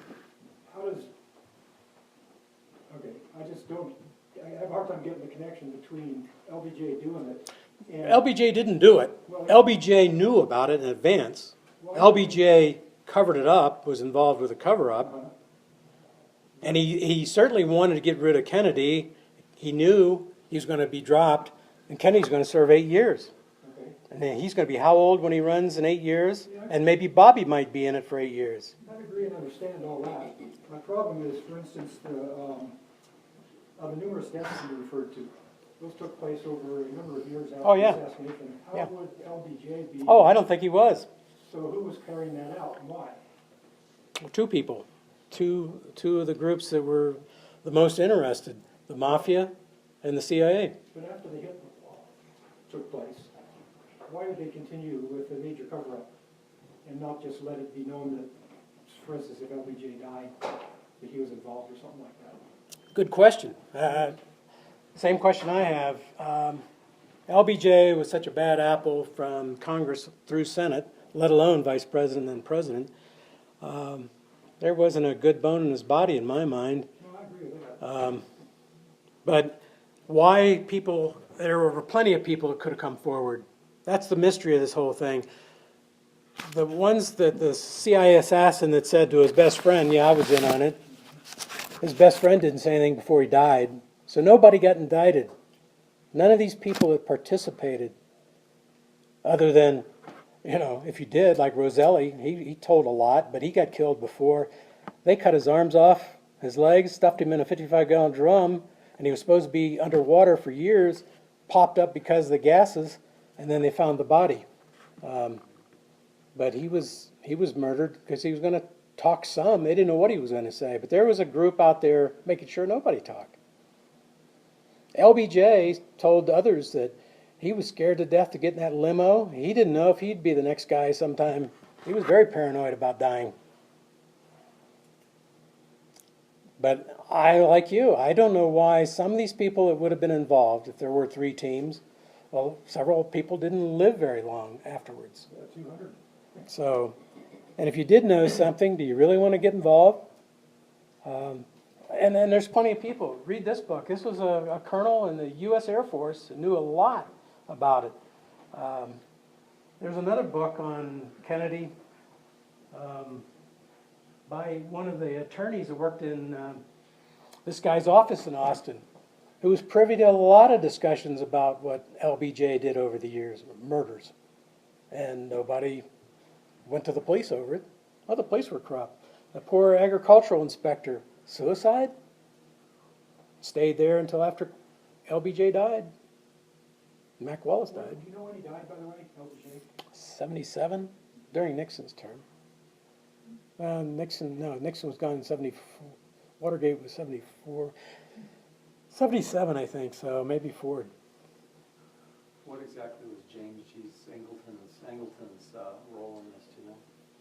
Well, he ran counterintelligence for the CIA, and he also was the guy looking for the mole in the CIA for years. Kind of a crazy guy. But he was supposedly running a lot of people like Oswald's around doing different things. But counterintelligence, they were always looking for spies in the U.S., and they missed a few.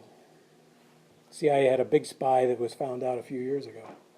I heard he published Russian moles that had infiltrated the government, and they fired him over that. He was fired by Colby when he was CIA director, almost immediately. And then Colby was fired by Ford, and guess who next was CIA director? Herbert Walker Bush. And a lot of odd things in this scenario. Yes? Who was the individual that you said was deported within a few days of the assassination? Sardi, Corsican Mafia. Probably the shooter from the grassy knoll. Yes? I read somewhere a long time ago, maybe you know it's true or not, Lady Bird Johnson, part of the whole Vietnam thing, if she really did own the cement companies that poured all the air bases in Vietnam? Don't know that. After you were saying all this, it was there's a piece of that too.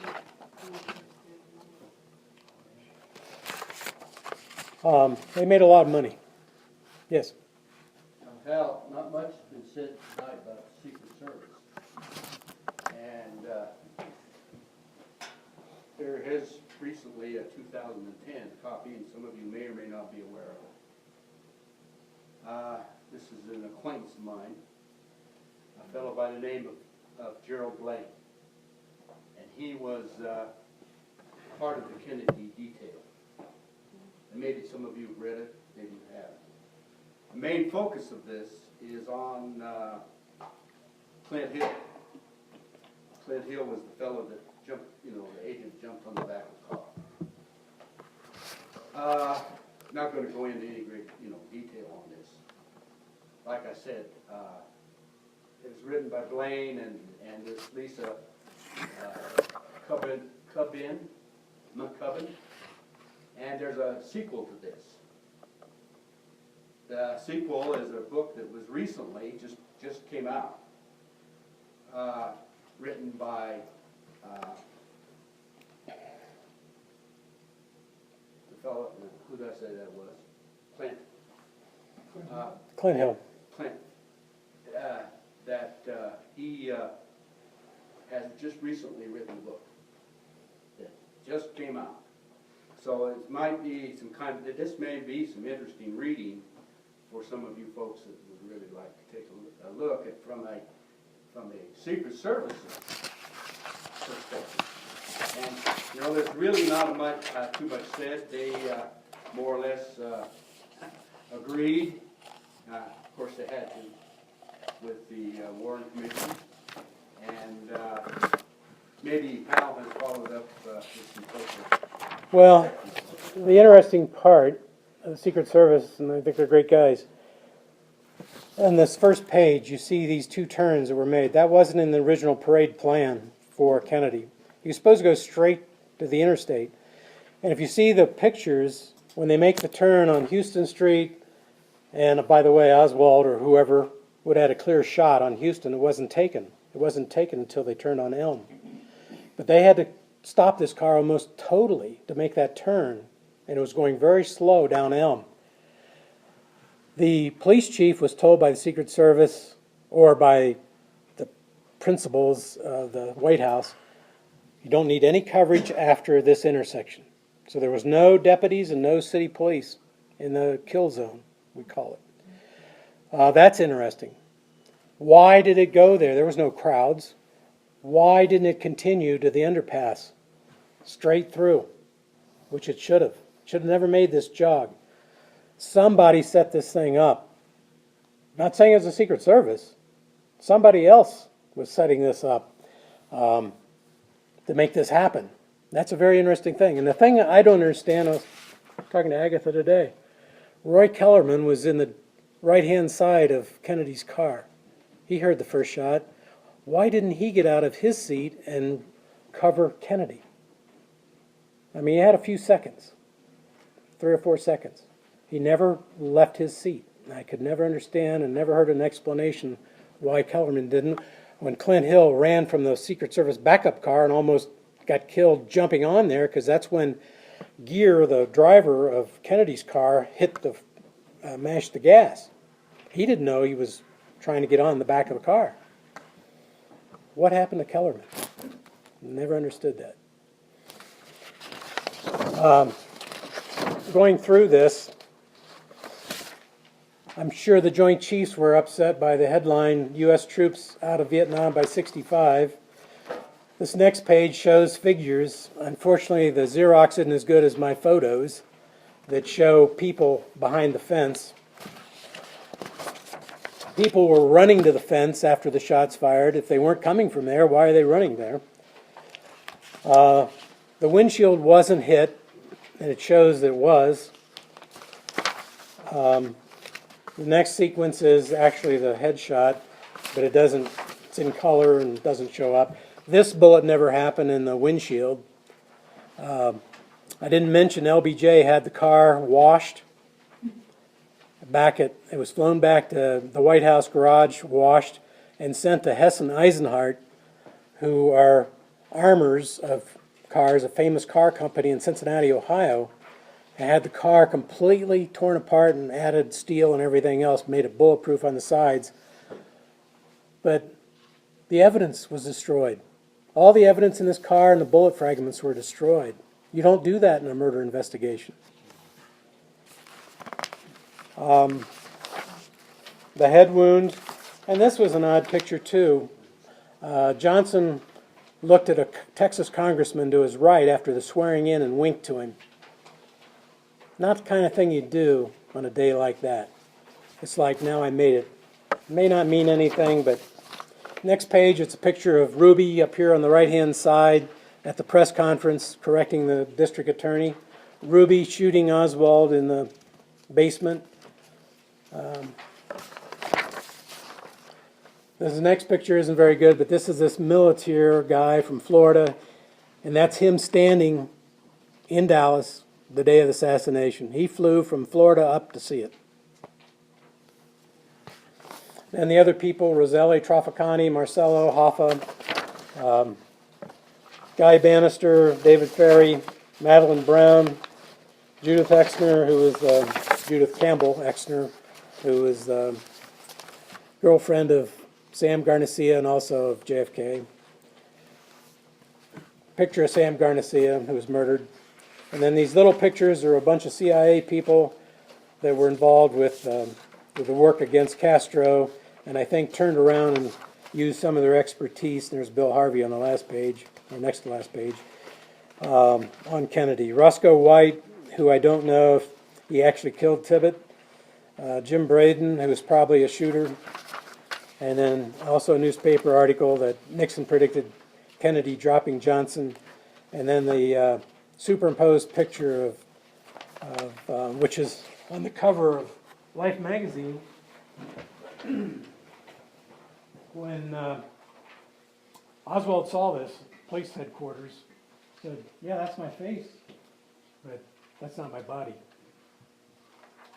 So who knows? But it wasn't some simple Marine and a bar owner that did all this. What is the acting date of this? I never heard. I do know she sent a letter to Khrushchev after the assassination saying, "We don't believe you had anything to do with this," and kind of the American University speech praying for peace. Khrushchev was out of office 11 months after the assassination. They said he went crazy for about 3 days, jumping up and down, not knowing what's going to happen, whether Khrushchev was Russians going to be blamed for this, whether there's going to be a war or what. But it's kind of interesting. The Joint Chiefs were upset with Kennedy, and maybe the Soviet military was upset with Khrushchev because of his back-channel conversations. Might have cost them both.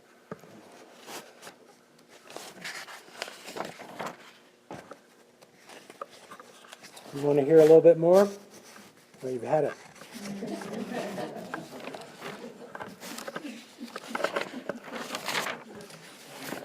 Feel free to leave. Those that want to hear a little bit more on the Marilyn Monroe murder and the Watergate, some of the same players are involved in both. You're welcome. See you. Thank you.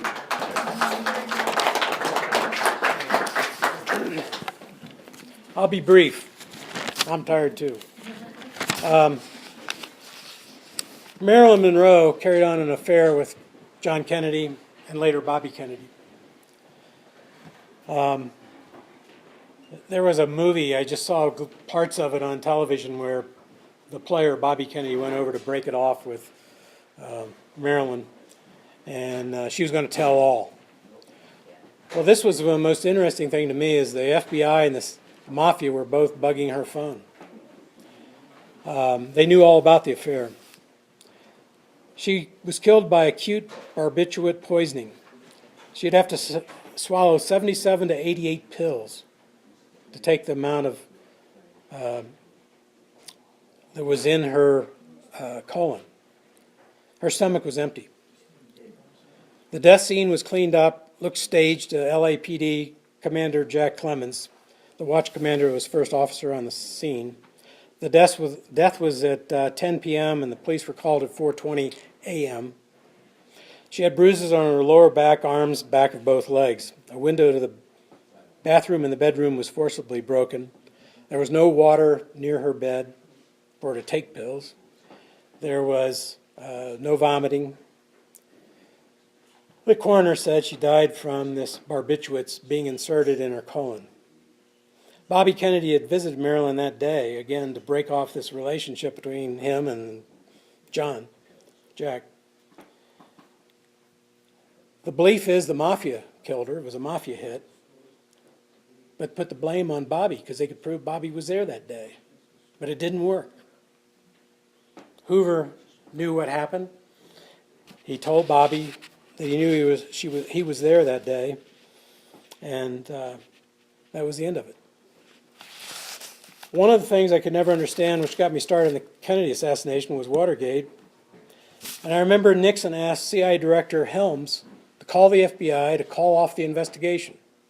That was pretty public. He refused. Nixon sent him to Iran as the ambassador. Got a new CIA director. Why the break-in? Democratic headquarters. Now he's going to win the election by a landslide. It's really stupid on his part. Theory was that Nixon wanted to find out what the Democrats had on Nixon and his association with the CIA on Cuba before the Bay of Pigs. And second, a Howard Hughes loan that went to Nixon's brother for $225,000. The CIA, under Helms, and then the underlings, James Angleton, Bill Harvey, they wanted Nixon out. Now you had expert burglars from the CIA and the FBI doing a burglary were caught by a night watchman because the way they taped the doors. They called the police and they got arrested. They did it on purpose. They wanted to be arrested. They were going to do more than just bug the phones. It was a way the CIA could get rid of Nixon. What Nixon wanted to do, what he threatened Helms with, was this is going to bring up the Bay of Pigs stuff again. Helms said it's to H.R. Haldeman, who was in his office, this has nothing to do with Bay of Pigs. It was code from Nixon to Helms about the CIA involvement in the Kennedy assassination. CIA didn't want Nixon to bring up anything. That's why they planned to get caught. Nixon was set up. They didn't want to reopen the CIA role, LBJ's plot to his question in the role. They botched the job by professionals intentionally. James McCord, ex-CIA, Bernard Baker, who was involved in the Hunt in the Castro outfit, Frank Sturgis, another guy from the anti-Castro group, Martinez and Gonzalez were also in the anti-Castro group, with Howard Hunt from CIA, former CIA, and G. Gordon Liddy, former FBI. It's an interesting theory. Don't know if it's true, but it makes you wonder. 4 days after Kennedy died, Johnson signed the National Security Memorandum 273 to increase assistance to South Vietnam. Billy Sol Estes died March 14th, 2013, just recently. Still said LBJ was involved in the Kennedy assassination. Another person that was killed was Dorothy Kilgallen, who met Ruby in jail, was going to come out with a book. She told her best friend, I've got the book ready to go. It's going to blow the JFK investigation wide open. She died at her home November 8th, 1965 in New York City, in a bed she never slept in bedclothes she never used, next to a book that she'd already read. So somebody murdered her. 6 assistant directors of the FBI died before the House Committee on Assassinations. William Sullivan, the number 2 guy in the FBI, was killed in a hunting accident. He told several friends, if I die, it won't be an accident. Alan Belmont, special assistant to Hoover, died. Lewis Nichols, special assistant to Hoover and liaison with the Warren Commission, died. Jim Caledon, document expert, did the papers on the assassination. He died. J.M. English, the FBI forensic science lab, he died. And Don Kaler, the fingerprint expert that did the prints on the case, he died. So, just more speculation. Some believe Oswald was to meet a contact at the Texas Theater. That's why he was there.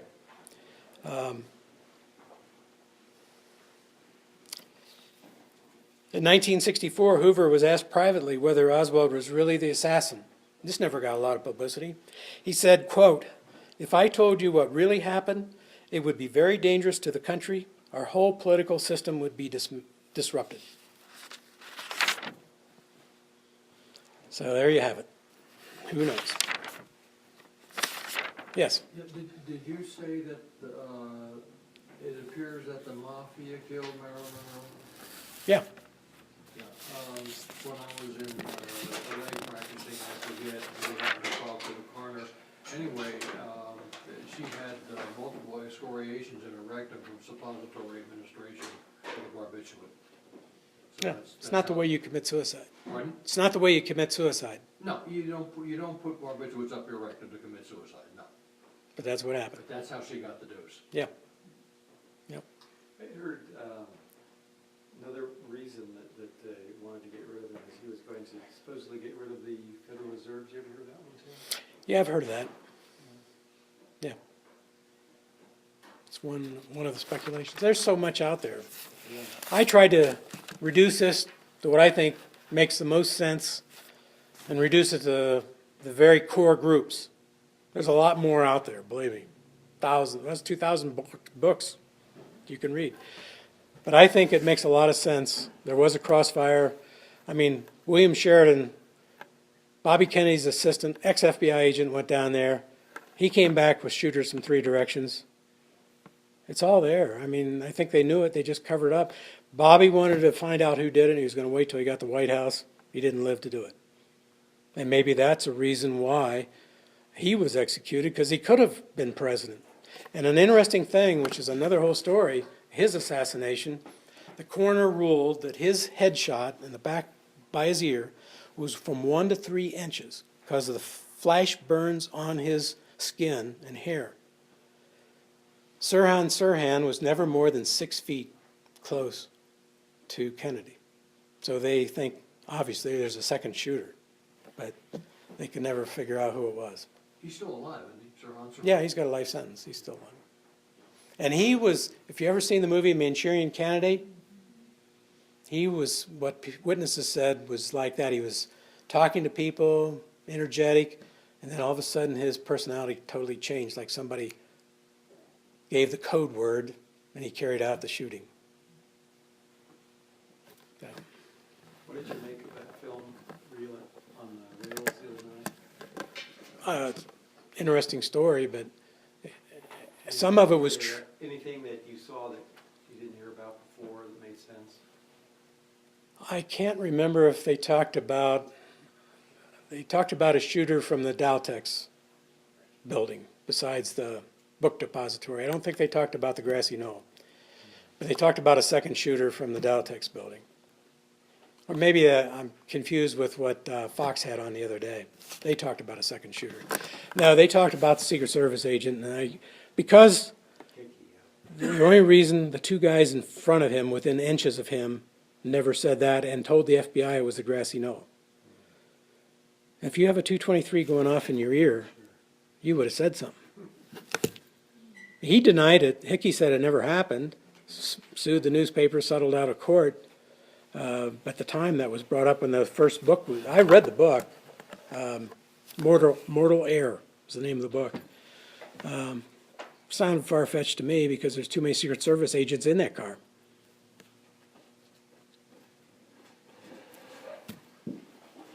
Thanks for listening.